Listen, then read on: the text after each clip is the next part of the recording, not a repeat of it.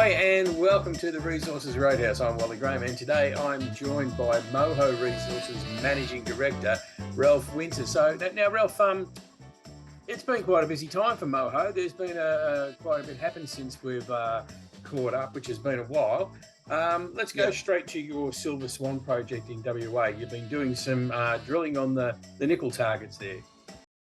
Yeah, we have. So I suppose when things sort of started to turn a little bit more down the battery metals, critical minerals path, we started to look a bit more into our nickel, copper, PGE assets, and no better place than where we're situated, right next door to Poseidon Silver Swan nickel mine.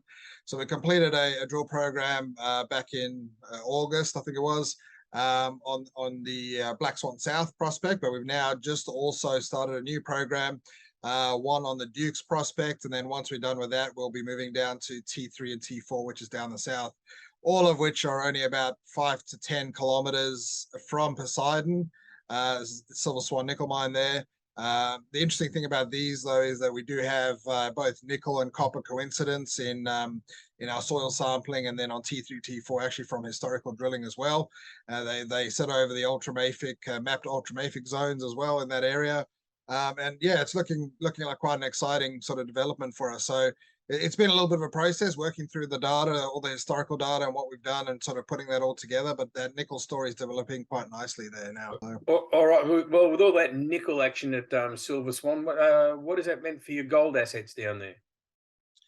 Yeah, well, look, we did actually drill out our East Samson Dam prospect, which is also located at Silver Swan North on the western side. Now, it was a great asset, or still is a great asset. We've got about 21,000 ounces at 2.5 grams per ton gold, which is pretty good and healthy. I suppose the issue that came up when we were looking at developing that is that the whole intention was to sort of develop it, become a self-funded explorer. But as you well know, in the last sort of 3-4 years, all-in sustaining costs for development on gold have increased by about 70-80%, especially on the lower end of the market. I mean, if you've got established infrastructure, you've got a mill and you've got all your equipment and stuff, it's a little easier to sort of manage through those increased costs. But starting from scratch, like a small company like ourselves, it makes it a little bit harder. So we sort of made the decision to not advance that as a development, but to rather try and monetize it in another way. So whether we can do a partnership deal with another company or sell it on to somebody else, something to that effect. That way, we're not opening ourselves up to the risk of the increased costs and so on. And that's all come about because of the COVID inflationary pressures and everything else that's come about. So we're in discussion with a couple of companies at the moment to see whether we can do a deal like that to monetize it.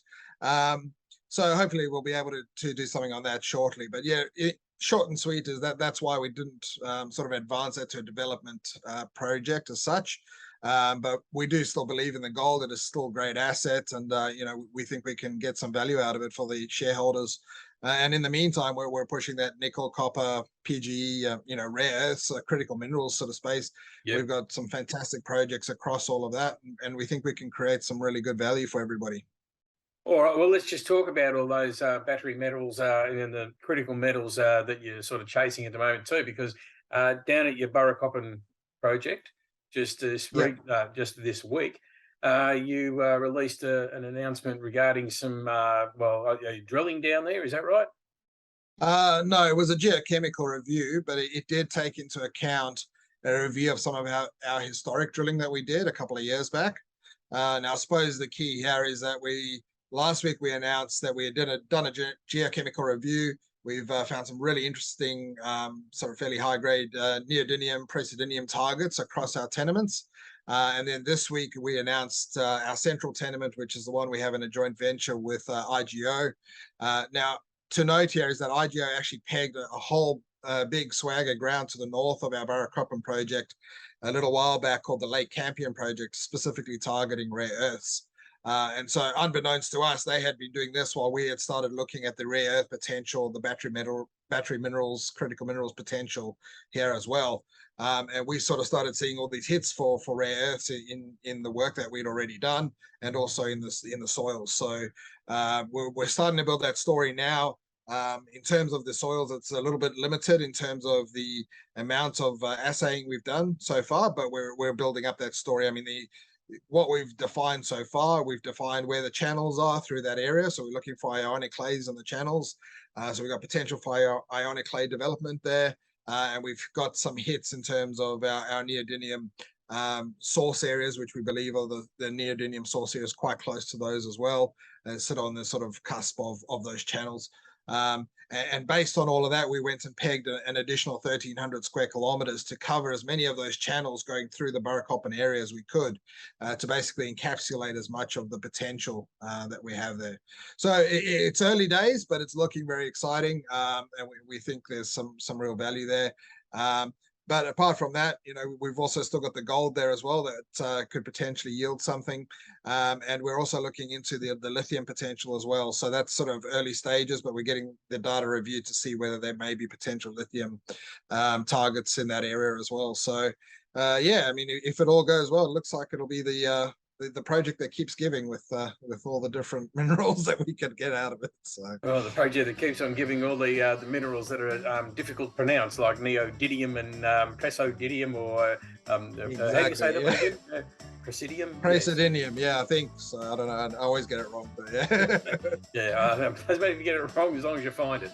Yeah. Yeah. All right.